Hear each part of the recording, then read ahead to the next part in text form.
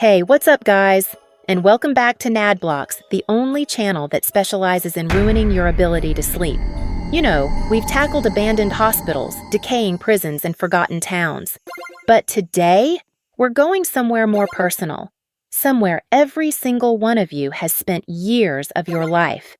We are diving into the most terrifying, forgotten, and evil abandoned schools in America. Think about your school days for a second.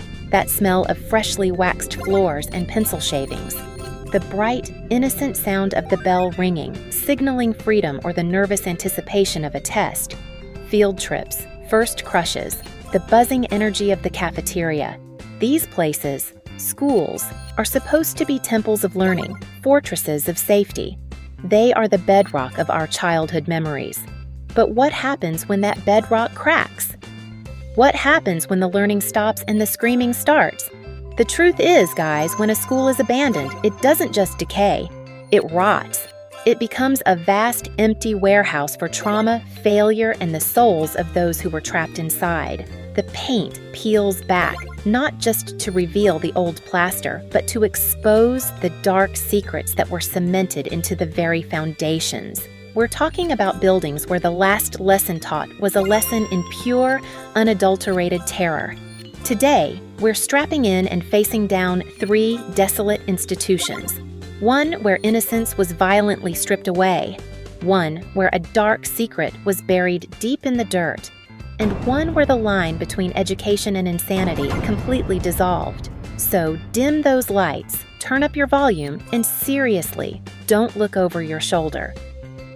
Because after hearing these stories, you might realize that the ghost stories you told in middle school weren't fiction at all. They were terrifying, documented fact. Let's not waste another second. Case 1. St. Agnes Academy, the silent playground. We begin in the heart of the Midwest, with a place that whispers tales of childhood tragedy and residual haunting, the desolate shell of St. Agnes Academy. This was a small Catholic primary school that operated from the 1940s until it was abruptly shut down in 1968. The official reason? Financial collapse. The truth? A haunting so profound, so utterly terrifying, the entire faculty and student body fled in the middle of a school year. The decay at St. Agnes is visceral. You can still see the tiny, rusted chairs piled high in the classrooms, the walls covered in pastel murals of smiling children that now look like mocking demonic faces. The air inside is heavy, thick with the scent of mildew, dust, and something else, something distinctly metallic like old blood. The source of the terror, the epicenter of the psychic residue, is the silent playground. This is where everything began to unravel. St. Agnes had a perfect picturesque playground, a bright slide, a merry-go-round, and a set of old wooden swing sets. The legend states that in the winter of 1968, a flu epidemic ripped through the small town. Several children from the school were lost. Tragic, yes. But here's where the horror truly begins, guys. After the school was abandoned, the locals started reporting something impossible. They saw the swings moving, not swaying in the wind, but violently, rhythmically, as if several children were pumping them to reach the sky, even on the calmest, dead-still nights. And worse, you could hear them, faint, high-pitched giggles and shouts echoing from the dark, cold playground. The sounds of joy, tainted by the knowledge that the children making them were long, long gone. Urban explorers who have dared to trespass there tell stories of seeing tiny, dusty footprints suddenly appear on the floor of the hallway, leading straight toward the principal's office. They describe finding chalkboards, boards that haven't been touched in over 50 years, with children's names scrawled across them in an old-fashioned script, names of the children who died in that tragic winter. But the most chilling detail, the one that truly gets under my skin, comes from the old gymnasium. The floor is cracked, the paint peeling. But if you stand in the center and are completely silent, you can hear the faint, hollow thump, thump, thump of a basketball being dribbled. It stops directly in front of you. Then, a small, cold puff of air hits the back of your neck, and a child whispers your name. I have to ask you guys, if you were standing alone in that dead gym and you heard a child whisper your name in the absolute darkness, would you run screaming, or would your curiosity force you to turn around? Be honest in the comments below. The sheer weight of that concentrated childish trauma makes St. Agnes a place where innocence didn't just end. It became trapped, perpetually replaying its final, joyful moments before the tragedy. Case 2. Northwood High, the locker room. Secret next. We shift gears to a case that is less about spectral children and more about cold, brutal true crime buried beneath institutional negligence. This is the horror of Northwood High, a massive, brutalist structure on the East Coast, shut down seemingly overnight in the mid-1980s. Northwood was a typical large, slightly run-down high school, known for its decent football team and its fiercely loyal community. But behind the pep rallies and the yearbooks, a darkness was brewing. The legend revolves around a popular student named Michael, who simply vanished one afternoon. He was last seen heading to the locker room after practice. The police investigation was a farce. They searched the school, the surrounding woods, the fields, nothing. The community was in uproar. But the school administration, suddenly and suspiciously, closed the entire old gymnasium and locker room wing for emergency structural repairs just a week after the disappearance. They never reopened that wing. Soon after, the entire school was condemned and abandoned, a complete cover-up. Explorers who have managed to get inside this sealed-off wing report that it's like stepping into a time capsule of terror. The air is stagnant and heavy with the smell of old sweat, chlorine, and something acrid, almost like battery acid. The lockers are all still there, some still locked, silent sentinels guarding a secret. The epicenter of this haunting is the old pool area. It's a vast, empty basin of cracking concrete, lined with slimy tiles. But look closer. Near the deep end, on the floor of the empty pool, there is a single, dark, massive stain. A stain that the demolition crews, during their initial inspection, said they could never remove. A stain that doesn't look like mildew or oil. It looks like blood. The deeper you go, the worse it gets. There's a rarely mentioned sub-basement beneath the locker rooms, a forgotten utility tunnel. People who have filmed down there describe a profound physical oppression. The feeling of cold, invisible hands pushing down on your shoulders. The theory? Michael didn't run away. He was killed, either by a rival or, more terrifyingly, by a staff member. And his body was sealed away in the concrete foundation of the school, likely somewhere in that sub-basement.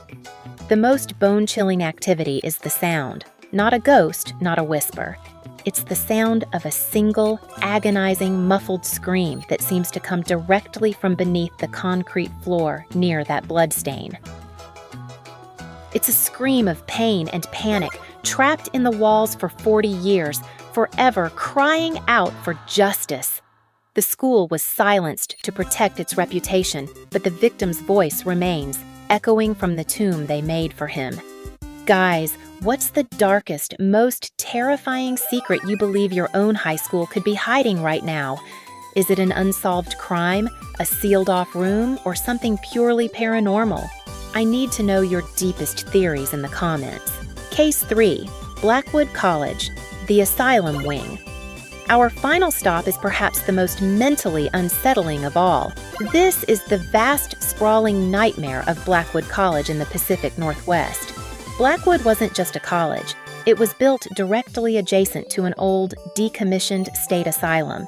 In the 1930s, the college absorbed the asylum's older wing to use as a dormitory and science lab space. This was the moment the institution was cursed. The students who lived and studied in the asylum wing of Blackwood started reporting bizarre, escalating phenomena. It began with simple things: the smell of formaldehyde in the dorms, the sound of chains dragging in the hallways, and the faint, constant moaning from the walls. But it devolved into something far more dangerous. the students and faculty in that wing started exhibiting erratic behavior, instances of self-mutilation, violent outbursts, and attempts to conduct strange, unsettling rituals in the school's old library. The history department found journals detailing unethical human experiments conducted in the old asylum's basement, experiments that left the patients in a perpetual state of terror and anguish. The college closed suddenly in 1978, not due to finances or a single tragedy, but due to a mass psychological event where over half the students and several faculty members in the asylum wing were hospitalized for severe mental breakdown. The official word was a bad batch of water. We know the truth. The trauma of the asylum, the suffering, the pain, the absolute violation of the human spirit had never left. It was a psychic infestation. The most terrifying part of Blackwood is the sub-basement. It's where the treatments were conducted. It's an impenetrable labyrinth of rusting equipment, dark iron doors, and concrete slabs with thick leather straps still attached. Down here, the air is so heavy, so charged with negative energy, that professional ghost hunters have recorded disembodied screams that cause physical pain to the human ear.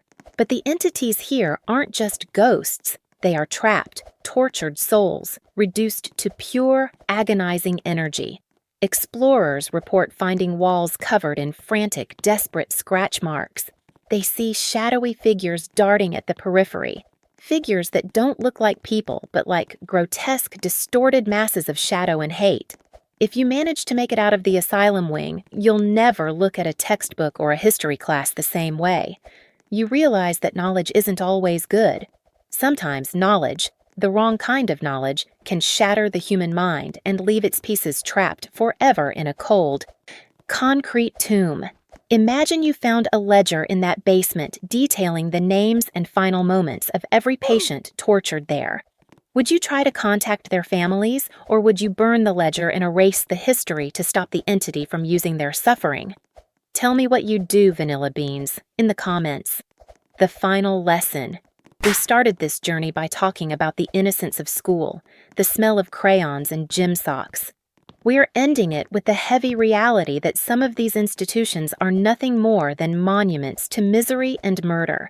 St. Agnes Academy, where the echoes of lost children still haunt the playground.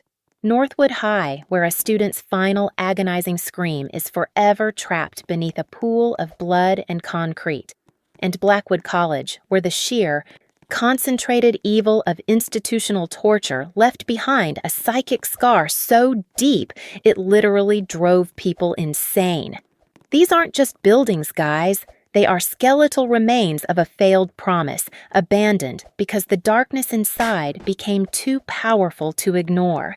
If you made it all the way through this terrifying journey with me, you are a true warrior.